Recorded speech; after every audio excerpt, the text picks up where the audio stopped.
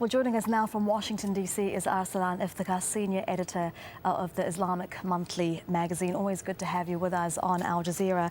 We'll get to the solidarity, the support we've seen from all over the world for the people of France in just a moment. But if I can start off by asking Mr. Iftikhar, how do we make sense of the gruesome strategy that ISIL is employing in these attacks?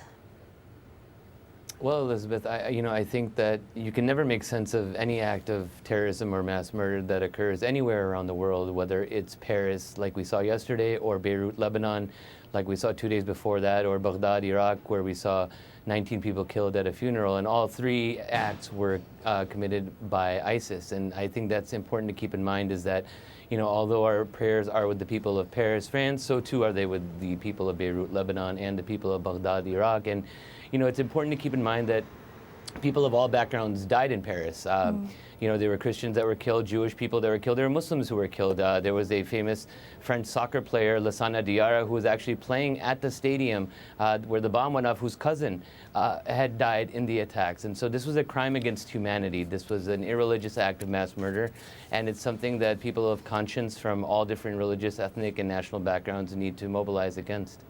There's also been some discussion already so far on a possible backlash against refugees and migrants after what's happened. How important is it also to remember at this point that these are the very circumstances, attacks like these, that the refugees on Europe's doors are trying to escape?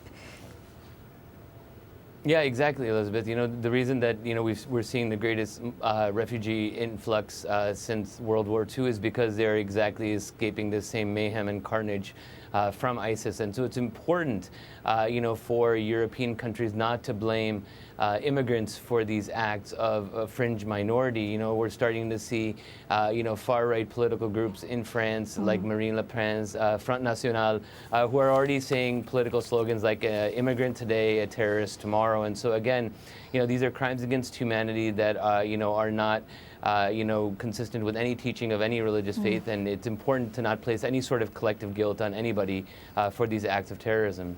There's been a lot of discussion also, hasn't there, about the possible motives for these attacks. I know it's early days, but were they, do you think, in response to France's military involvement in Syria? Was it an attack on French values, as some are saying, on diversity, on pluralism? Why would the attackers do this in Paris?